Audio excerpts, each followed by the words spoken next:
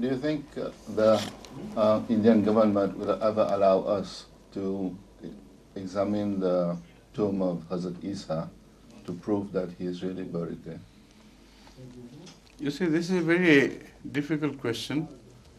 First of all, from the point of view of religious attitude to the buried prophets, to the graves of the prophets, and the buried holy bodies of the prophets, will it be a welcome idea to even suggest that the tomb should be unearthed, dug out, and the body should be examined? This is a very important and very sensitive issue. But some people may take the attitude that because it is not known so far, 100%, that it is Jesus who is buried there, so any inquiry, while the issue hangs in balance, undecided as yet, would not be in any way, should not be in any way taken to be an act of insult to the Jesus, to the body of Isa alayhi salatu wasalam. In that, so that is why I said it's a bit involved issue. Secondly, if we do it, Ahmadis, whatever we find will be taken with a pinch of salt by others, if not with definite doubt or rejection. If the Christians do it, on the other hand, there is a very real likelihood of their, meddling with the facts and trying to prove that it is just a fake thing and not real. This has happened before, many a time in fact.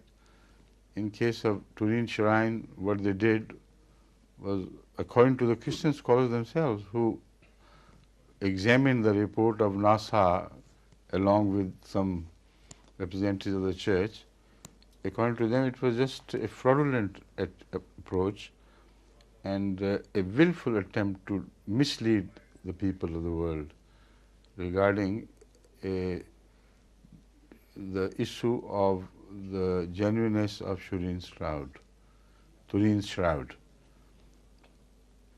Now, for instance, it was related that the age of the shroud could not be beyond 1200 years, and because of the carbon testing, this is a well-proven fact. Now, a Russian scientist has taken it up and challenged it, who is an expert on carbon testing. He said the carbon testing can fluctuate between 1000 years either way, in this direction and that direction. How can you say with certainty that this 1200 years are a certain age, this certain age? It could be 200 or 2200 or any period in between. So there are other scientists who have also taken it up. So that is why I am very doubtful as to the results of any investigation carried out by reopening the grave and putting the body or parts of the body to test, etc. As far as the Indian government is concerned, Allah knows best what their attitude would be, because they are making it a source of income for themselves. They are attracting tourism. Yet I doubt if they do believe that it is the grave of Jesus Christ. See? So it is just a godsend for them that a grave happens to be in India, which is considered by some scholars to be possibly that of Jesus Christ. So why should they remove this cover, this cloak of uncertainty, if it is uncertainty, to which, as I believe, as they would argue, to prove to the world that it is not Jesus Christ, so the tourists will cease to come just for this attraction. So either way, this is very difficult to decide. From our point of view, from others' point of view, from the point of view of the danger of people who are willfully interested to willfully meddle with the facts and change them. So, another very important point is that this grave should not be unduly uh, overemphasized, because the argument of Hazrat Masih Maud alayhi salatu wasalam, which preceded this discovery, was very powerful and potent argument in favor, from the Quranic point of view, of death of Jesus Christ, from the biblical point of view, in favor of the death of Jesus Christ, and from both points of view of his migration. So this is a very strong argument in favor of Ahmadiyya point of view, that the most important sources of history, Judaic history, and also particularly the history of the period of Jesus Christ, point their fingers at the same thing, that Jesus was attempted to be crucified so that he could die upon cross, but there is certainly no evidence that he died upon the cross. On the contrary, the biblical evidence is that the person who was taken down was still bleeding, and after having been taken down, he bled. And also there is an incontrovertible evidence that when his legs were not broken, like the legs of other thieves, the thieves who were also hanging by his side, they were definitely broken. And his body was carried away in a cloak of secrecy. It was kept away from the Jewish site. Before the Jews could have access to that body, the grave was found empty and it had already left. He was seen alive in the same body with the same wounds by his own disciples. All these overwhelming facts speak of Jesus' deliverance from the cross and escape from the territory where he was attempted to be crucified. Now, these are the facts which speak. Now, it is not for us at all to show him buried anywhere in the world, because he must have died somewhere at least, if not in Kashmir, somewhere else. So the crucial point is that to the main argument, the grave of Srinagar is not that important as some people think. Moreover, I also looked at it from another angle when I tried to find out if the first information was given to Hazrat Masih Maud alayhi salatu wasalam by Allah himself, like the death of Jesus was revealed to him by ilham, by revelation, which repeatedly, informed him that your old view that Jesus is alive is wrong. He's dead. He's like ordinary human prophets. He passed away. No such information was given to him by ilham regarding this grave. This is a very important thing. This omission in itself speaks.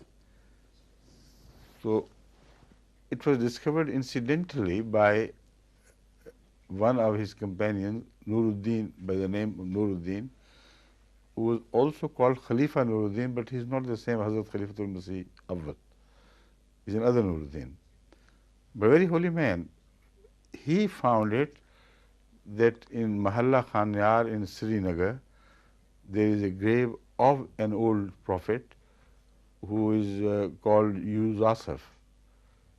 So this put Masih Maud onto the way of research, and many an Ahmadi scholars of that period helped him finding out material in favor of the possibility of that person being Jesus Christ. If he is, well and good, most welcome. But if he is not, then it does not in any way weaken our argument, which was based on the scripture evidence and also the natural evidence, human evidence, evidence supported by human common sense, I mean. Jesus must have died somewhere. He was not a son of God or supernatural, but he did not die there because there was no grave in that area. Now people are speaking of some grave which has bones of Jesus Christ and some others along with it. These are the new issues raised by church and things which an attempt to confuse the whole issue. But one thing is certain, up till now, 2000 years have passed since, almost 2000, and the Christians didn't know where Jesus was buried. He must have escaped that area, that is what I mean. He must have gone out of the reach of their arms of information. They fell short, within the territory to which they had access, and then Jesus must have gone beyond and outside. So they found no evidence during the last 2000 years of even a claim that Jesus died here and here died his mother and so on and so forth. Those who migrated with him became a forgotten and closed chapter in the history of Christianity. No one even attempted. Surprisingly so, because if Jesus had risen to the heaven, what about the rest of his companions who just disappeared from the scene? So they must have left the territory and gone elsewhere. So I personally like the grave to be that of Jesus Christ. That would be a lot of work has done by Masih Maud Islam and his companion. So that will resolve the issue. But if not, like the Christians are doing it now, they are publishing facts. Oh, another grave is discovered in Japan of Jesus Christ, another that place and that place and that place. They are extremely panicky about the Ahmadiyya doctrine and the way it is supported by facts. So that is why they want to confuse the issue, and they themselves want to highlight this far more than we should ever do. They say, all right, if the grave is not that of Jesus, then all the Ahmadiyya, edifice of arguments in favor of Jesus' death are also demolished. This is wrong. Grave or no grave. So how many prophets are there whose graves are discovered? Can you doubt about their death? So the death is a 100% certain thing. There is no shadow of doubt. He has not risen to heaven bodily. He must remain here on earth. Is he hiding himself somewhere, still alive? So death is a natural phenomenon. To reject this phenomenon to have taken place in the case of a particular person requires a very strong argument, overwhelmingly strong, to prove that this man escaped death and unnaturally remained alive for that long. No such evidence can be produced in favor of Jesus Christ in the least. So don't weaken your own argument by overemphasize certain things, right?